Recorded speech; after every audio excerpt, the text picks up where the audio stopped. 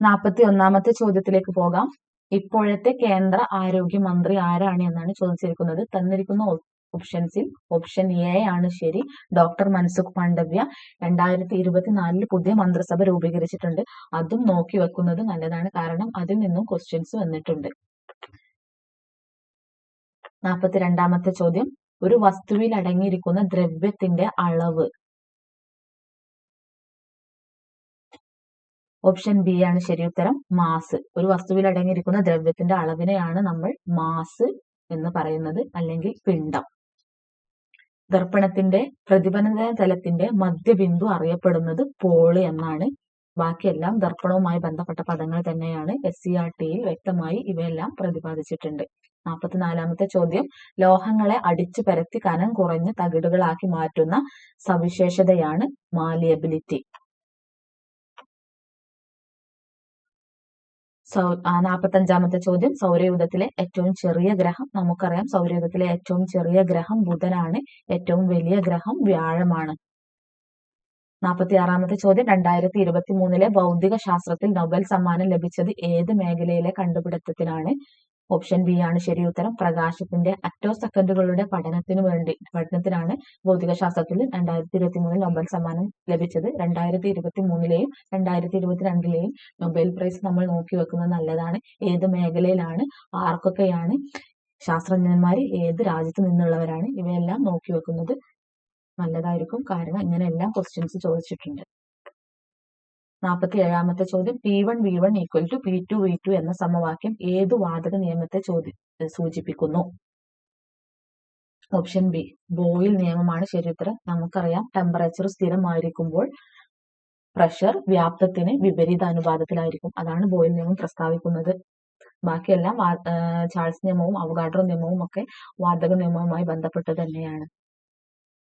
തന്നിരിക്കുന്ന സമവാക്യം സൂചിപ്പിക്കുന്നത് ബോയിൽ നിയമത്തെയാണ്. 48ാമത്തെ ചോദ്യം, ഏത് ലോഹം പ്രധാന ഘടകമായുള്ള മിശ്രലോഹത്തെയാണ് അമാൽഗം എന്ന് പറയുന്നത്? അമാൽഗം എന്ന് പറയുന്നത് ഓപ്ഷൻ സി ആണ് ആൻസർ, മെർക്കുറിയുമായി ബന്ധപ്പെട്ടതാണ്. 49ാമത്തെ ചോദ്യം, ഐസോട്ടോണിക് ലായനികളുടെ ഡാഷ് തുല്യമായിരിക്കും? ഐസോട്ടോണിക് ലായനികളുടെ ഓസ്മോട്ടിക് മർദ്ദം തുല്യമായിരിക്കും. ഓപ്ഷൻ ഡി ആണ് ശരി ഉത്തരം. 50ാമത്തെ ചോദ്യം, ബയോകെമിക്കൽ ഓക്സിജൻ ഡിമാൻഡ് BOD എന്നത് ജലത്തിന്റെ ഗുണനിലവാരം സൂചിപ്പിക്കാൻ വ്യാപകമായി ഉപയോഗിക്കുന്ന ഒരു പരിശോധനയാണ്.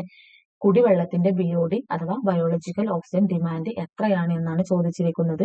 ഓപ്ഷൻ എ ആണ് ശരി ഉത്തരം, 1:2 ppm. ppm എന്ന് പറഞ്ഞാൽ പാർട്സ് പെർ മില്യൺ, അതായത് ഇതിന്റെ കുടിവെള്ളത്തിന്റെ BOD എല്ലാം രേഖപ്പെടുത്തുന്ന യൂണിറ്റ് ആണിത്.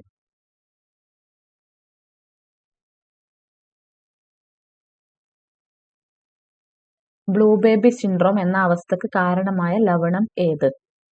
നൈട്രേറ്റ് ലവണമാണ് ബ്ലൂ ബേബി സിൻഡ്രോം എന്ന അവസ്ഥക്ക് കാരണം. 52ാമത്തെ ചോദ്യം, കേരള കലാമണ്ഡലത്തിന്റെ സ്ഥാപകനാര്?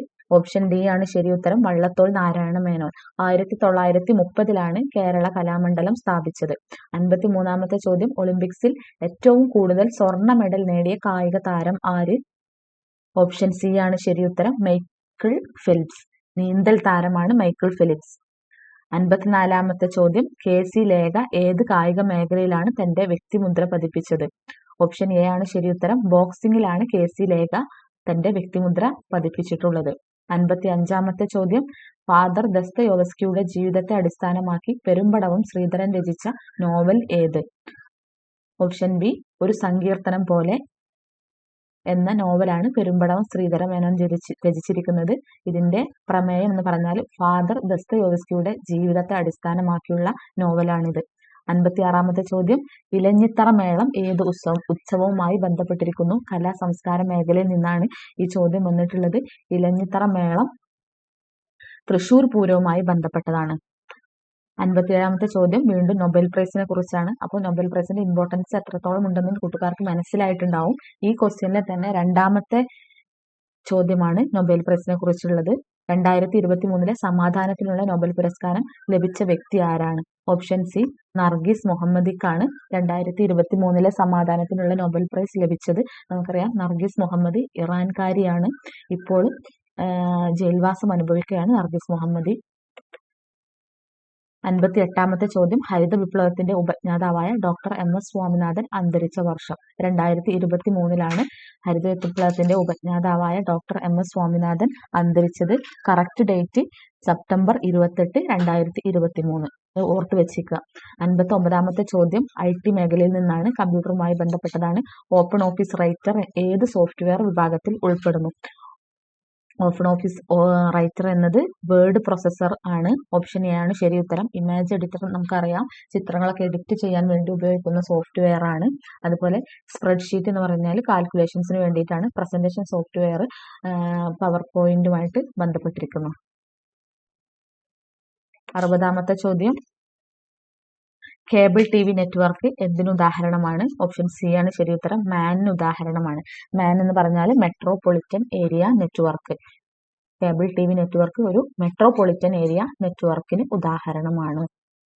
61-ാമത്തെ ചോദ്യം 2 KB അതായത് 2 കിലോബൈറ്റ് എന്ന് പറഞ്ഞാൽ എത്ര ബൈറ്റ്സ് ആണെന്നാണ് ചോദിച്ചിരിക്കുന്നത്. 2 KB എന്ന് പറഞ്ഞാൽ 2048 ബൈറ്റ്സ് ആണ്. Bit, byte, kilobyte, megabyte, gigabyte ഇങ്ങനെയുള്ളതൊക്കെ നോക്കി വെക്കേണ്ടതാണ്. കമ്പ്യൂട്ടർ സയൻസുമായി ബന്ധപ്പെട്ടിട്ടുള്ള പ്രധാനപ്പെട്ട ടോപ്പിക്കാണിത്. 62-ാമത്തെ ചോദ്യം ആദ്യത്തെ L1 ദൗത്യത്തിൽ ഉപയോഗിച്ചിരിക്കുന്ന റോക്കറ്റ് ഏതാണ്? Option C PSLV C-57. PSLV C-57 എന്ന റോക്കറ്റാണ് ആദിത്യ L1 എന്ന ദൗത്യത്തിൽ ഉപയോഗിച്ചിരിക്കുന്നത്. നമുക്കറിയാം ആദിത്യ, ചന്ദ്രയാൻ ഇങ്ങനെയുള്ള ISRO മിഷൻസ് ഒക്കെ നോക്കി വെക്കണം. വളരെയധികം ചോദ്യങ്ങളിൽ റിപ്പീറ്റ് ആയിട്ട് വരുന്ന മേഖലയാണിത്. 63-ാമത്തെ ചോദ്യം 2023 G20 ഉച്ചകോടിയിലെ ഇന്ത്യൻ ഷെർപ്പ ആരാണ്?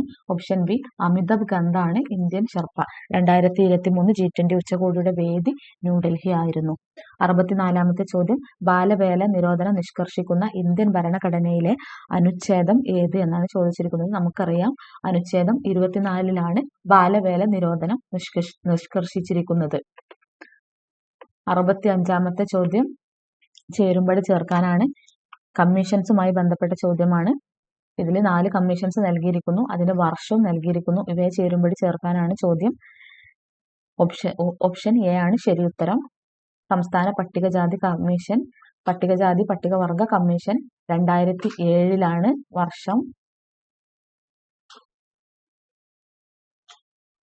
സംസ്ഥാന ന്യൂനപക്ഷ കമ്മീഷൻ 2013 രൂപം കൊണ്ടത്. സംസ്ഥാന മനുഷ്യാവകാശ കമ്മീഷൻ 1998 രൂപം കണ്ടത്. അതുപോലെ സംസ്ഥാന വനിതാ കമ്മീഷൻ രൂപം കൊണ്ടത് 1996. 66-ാമത്തെ ചോദ്യം 2005 വിവരാവകാശ നിയമപ്രകാരം വിവരം ലഭിക്കുന്നതിനായി എത്ര രൂപ ഫീസ് അടക്കണം എന്നാണ് ചോദിച്ചിരിക്കുന്നത്. നമുക്കറിയാം വിവരാവകാശ നിയമം രൂപം കൊണ്ടത് 2005. ഇത് വിവരം ലഭിക്കുന്നതിന് വേണ്ടി അടയ്ക്കേണ്ട ഫീസ് 10 രൂപയാണ്. ഓപ്ഷൻ സി ആണ് റൈറ്റ് ആൻസർ. 67-ാമത്തെ ചോദ്യം 2019 ഉപഭോക്തൃ സംരക്ഷണ നിയമത്തെക്കുറിച്ചുള്ള പ്രസ്താവനകളിൽ ശരിയായ പ്രസ്താവനകൾ ഏതാണെന്നാണ് ചോദിച്ചിരിക്കുന്നത്. ഇതിൽ ഓപ്ഷൻ ബി ആണ് ശരി. അതായത് പ്രസ്താവന 1ഉം 2ഉം ശരിയാണ്. ഉപഭോക്താവിന് ഓൺലൈനായിട്ട് പരാതി നൽകാം, ഓഫ്ലൈനായിട്ടും പരാതി നൽകാം, അതുപോലെ ഓൺലൈനായിട്ടും പരാതി നൽകാം. ഉപഭോക്താവിന് അയാൾ താമസിക്കുന്ന സ്ഥലത്തും പരാതി നൽകാം. 68-ാമത്തെ ചോദ്യം ഗാർഹിക പീഡന നിരോധന നിയമവുമായി ബന്ധപ്പെട്ടതാണ്. 2005 ഗാർഹിക പീഡന നിയമത്തിലെ 9-ാം വകുപ്പ് പ്രകാരം പ്രൊട്ടക്ഷൻ ഓഫീസർമാരുടെ ചുമതലയിൽ പെടാത്തത് ഏത് എന്നാണ് ചോദിച്ചിരിക്കുന്നത്. ഇതിൽ ഓപ്ഷൻ ബി ആണ് ശരി ഉത്തരം. ഗാർഹിക അതിക്രമത്തിന് ഇരയായവർക്ക് സാമ്പത്തിക സഹായത്തിന് ഉള്ള ഉത്തരവ് പുറപ്പെടുവിക്കാനുള്ള അവകാശം പ്രൊട്ടക്ഷൻ ഓഫീസർമാരുടെ ചുമതലയിൽ ഉൾപ്പെട്ടതല്ല. അപ്പോൾ ഇതിലുള്ള ശരിയായ ഉത്തരം എന്ന് പറഞ്ഞാൽ ഓപ്ഷൻ ബി ആണ്. അതുപോലെ ഷെൽട്ടർ ഹോമുകളുടെ ഡയറക്ടറി തയ്യാറാക്കുക, ഗാർഹിക അതിക്രമത്തിന് ഇരയായവർക്ക് വൈദ്യസഹായം നൽകുക, ഗാർഹിക അതിക്രമത്തിന് ഇരയായവർക്ക് സൗജന്യ നിയമസഹായം ഉറപ്പുവരുത്തുക, ഇവയെല്ലാം പ്രൊട്ടക്ഷൻ ഓഫീസർമാരുടെ ചുമതലയിൽ പെട്ടതാണ്. 9-ാം വകുപ്പ് പ്രകാരം പ്രൊട്ടക്ഷൻ ഓഫീസർമാരുടെ ചുമതലയിൽപ്പെട്ടതാണ്. ഇരയായവർക്കുള്ള സാമ്പത്തിക സഹായത്തിനുള്ള ഉത്തരവ് പുറപ്പെടുവിക്കുക എന്നുള്ളത് 9-ാം വകുപ്പ് പ്രകാരം പ്രൊട്ടക്ഷൻ ഓഫീസർമാരുടെ ചുമതലയിൽ പെടാത്തതാണ്. 69-ാമത്തെ ചോദ്യം ദേശീയ ന്യൂനപക്ഷ കമ്മീഷന്റെ നിലവിലെ ചെയർപേഴ്സൺ ആരാണ്? ഉത്തരം ഓപ്ഷൻ ഡി ആണ്. ഇക്ബാൽ സിംഗ് ലാൽപുരയാണ് ദേശീയ ന്യൂനപക്ഷ കമ്മീഷന്റെ നിലവിലെ ചെയർപേഴ്സൺ. 70-ാമത്തെ ചോദ്യം 2007 മാതാപിതാക്കളുടെയും മുതിർന്ന പൗരന്മാരുടെയും സംരക്ഷണവും ക്ഷേമവും നിയമപ്രകാരം ആരെയാണ് മുതിർന്ന പൗരൻ എന്ന് നിർവചിച്ചിരിക്കുന്നത്? അതായത് 2007 മാതാപിതാക്കളുടെയും മുതിർന്ന പൗരന്മാരുടെയും സംരക്ഷണവും ക്ഷേമവും എന്ന നിയമപ്രകാരം മുതിർന്ന പൗരൻ എന്ന് നിർവചിച്ചിട്ടുള്ളത്